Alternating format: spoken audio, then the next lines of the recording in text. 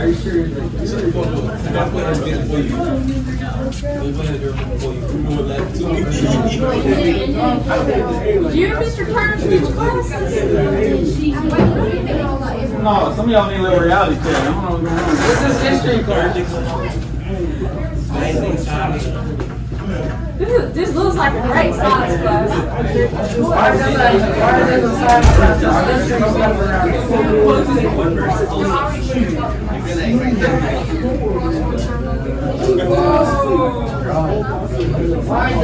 the history class be a historical? What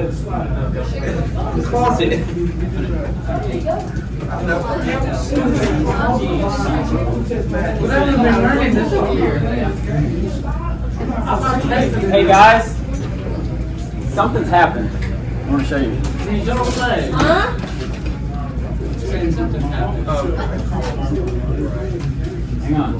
Something's happened. Let's see what's going on. Okay, I've got to interrupt you right now. Richard, thank you very much.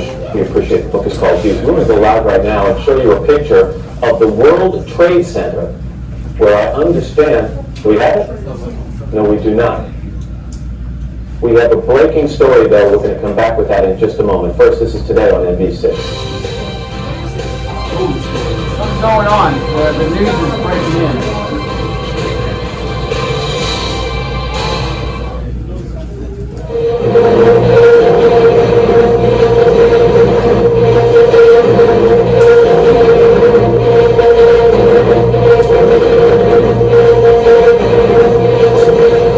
8:52 here in New York. I'm Ron Gumble. We understand that there has been a plane crash on the southern tip of Manhattan. You're looking at the World Trade Center. We understand that a plane has crashed into the World Trade Center. We don't know anything more than that. We don't know if it was a commercial aircraft.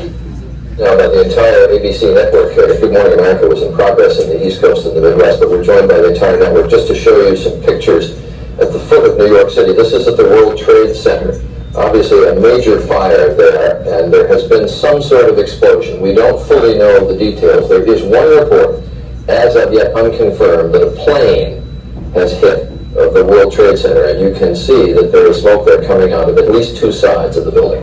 We do have some breaking news that we want to bring you around. We're going to go to a picture, a live picture from New York City. Apparently, a plane has crashed into the World Trade Center in New York, 8:52, with limited information at this point. We don't know about injuries in the building or people on the ground, but obviously this has potential for being a major disaster here. Look at that. As Matt just mentioned, we have a breaking news story to tell you about. Apparently, a plane has just crashed into the World Trade Center here in New York City. It happened just a few moments ago, apparently. We have very little information available. We have, I understand, an eyewitness on the phone right now. Sir, what's your name? Yeah, my name's Stuart. Stuart, where are you right now? I'm working at a restaurant in Soho. All right, so tell us what you saw, if you would. I was waiting at a table and I literally saw it seemed to be like a small plane. I just heard a couple noises. It looked like it bounced off the building, and then I just saw a huge ball of fire on top. And then the smoke seemed to simmer down, and it just, a lot of smoke was coming out, and that's pretty much the extent of what I saw. A private aircraft? I'm not sure. I'm about 4 or 5 blocks just north of the World Trade Center. And at about 10 minutes ago, 15 minutes ago, there was a loud sound that I can only describe as it sounded like a missile, not an airplane. Then there was a loud explosion and immediately lots of screaming out on the streets. And I don't want to cause any speculation, but that's the only way I could describe the sound. And it was definitely not the sound of a prop plane or anything like that. And am I right? Are you a pilot? Well, I have flown. I do not have a pilot's license. But I grew up on military bases, and I know the sound of jets, and I've been in war zones and heard those kinds of different sounds. So, again, not to cause any kind of undue speculation, but the sound itself was not of a prop plane. It was perhaps a jet, but it could have been a missile as well. Right, and as you pointed out in the closer shot, you could see the flames there. Let's go listening to see what this woman is saying here. It was the inside. Everything was coming out. All the windows were coming out, all the papers. What is on the sidewalk? I didn't see anything. Were there any people hurt, do you know? Ran, everyone in the past tree just ran. I don't know if anyone was hurt, but I assume they were because the windows are all blown out. Thank you. Well, you would have to assume a very, very terrible situation if that is the case, because I'm sure there are people. So you have no idea what I have another one. Another plane just hit. Right? Oh my gosh! Another plane has just hit. It hit another building. Flew right into the middle of it. Explosion. Oh my God! It's right in the middle of the building. This one into the east tower. Yes. Yes. Right in the middle of the building. It does not appear that there's any kind of an effort up there yet. Now remember, oh my God. That looks like a second plane. That's I didn't see a plane go in. That just exploded. I just saw another plane coming in from the side. You did. I just, that was Yes, and that's the second explosion. You could see the plane. Jim Friedel in Hoboken said it appeared to bank sharply and smash directly, perhaps purposefully, into, oh my goodness, oh God, there's another one. Oh my goodness, there's another one. Seems to be on purpose. Oh my goodness, now it's obvious, I think, that there's a second plane just crashed into the World Trade Center. I think we have a terrorist act. Sunny, do you? Guys, I don't know what's going on in New York City right now, but I want you to remember this name, Osama bin Laden. You may hear that name in the coming days. I don't know what's going on this morning. I'm sure we'll hear a lot more in the coming days, but remember this name, Osama bin Laden. And scene. So what you just experienced, what I tried to bring for life for you is my 8th grade morning on Tuesday, September 11th, 2001. I was in Mr. Chris Rainey's physical science class, and I'm sure we were doing something like a crossword vocab of some sort. Anybody write anything? Bless you if you did. Or you thought I needed my temperature check. Here's what I distinctly remember from that day. And you probably collect this in your young lives as well. You remember very specific things about traumatic events, right? You may have all the fun baseball games and positive parties and good churches. Like you have all the good things in your life. And you're like, fuzzy details.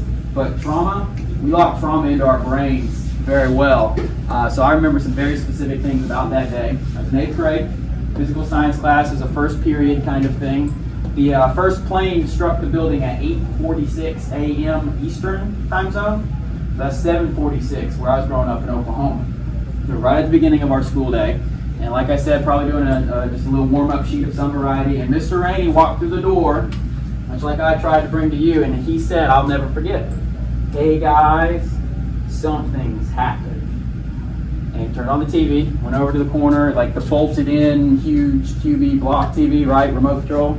Turned on the TV to one of the stations, and we watched essentially what you would have watched over the past 6 minutes. Now that was about 3 hours of news coverage condensed into the 6 minutes, right? It showed the sequence of events. But what we saw early on was a first tower being struck. We now know that to be the South Tower, the North Tower. The North Tower was struck first.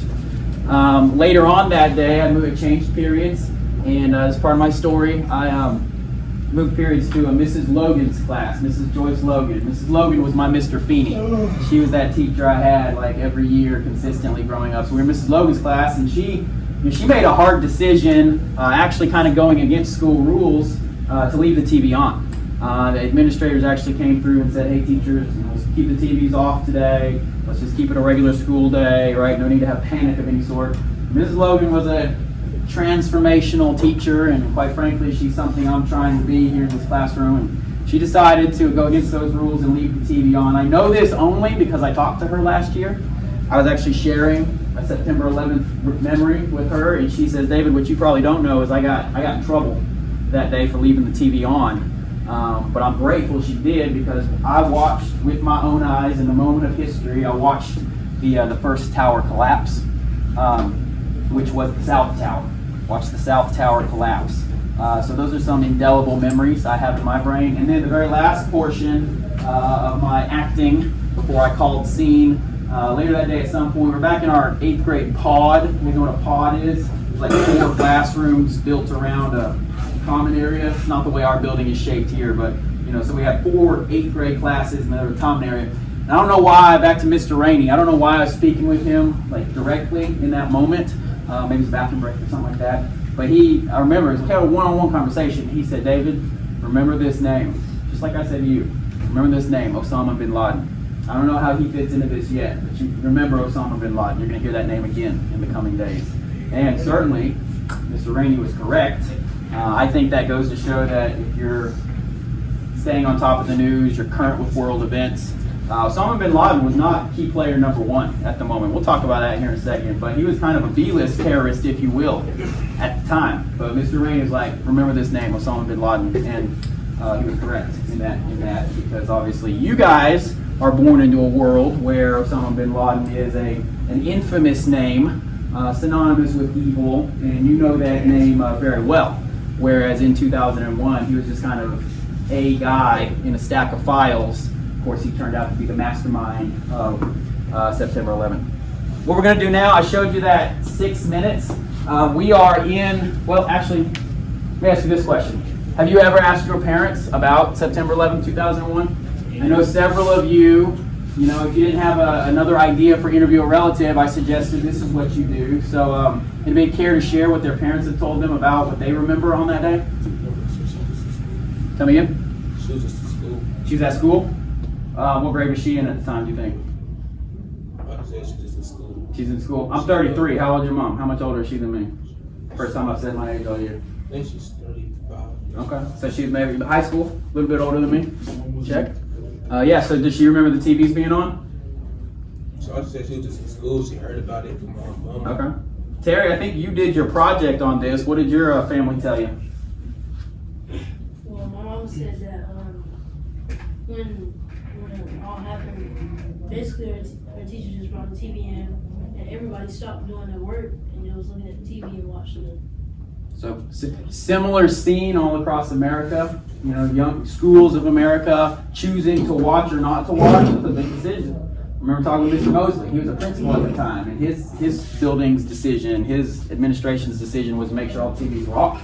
So big question as to whether to watch it or not at the time. Anyone else? Anyone else want to share what their parents have shared about September 11th? So what I want to do now, this is installment number 3 of our Days That Shaped America. What was the first day we talked about? April 19th, 1995, Oklahoma City bombing. Shared my personal story there. That was my interview a relative, by the way, right? I interviewed my dad and I brought you a whole presentation on it. Day number 2? Nope.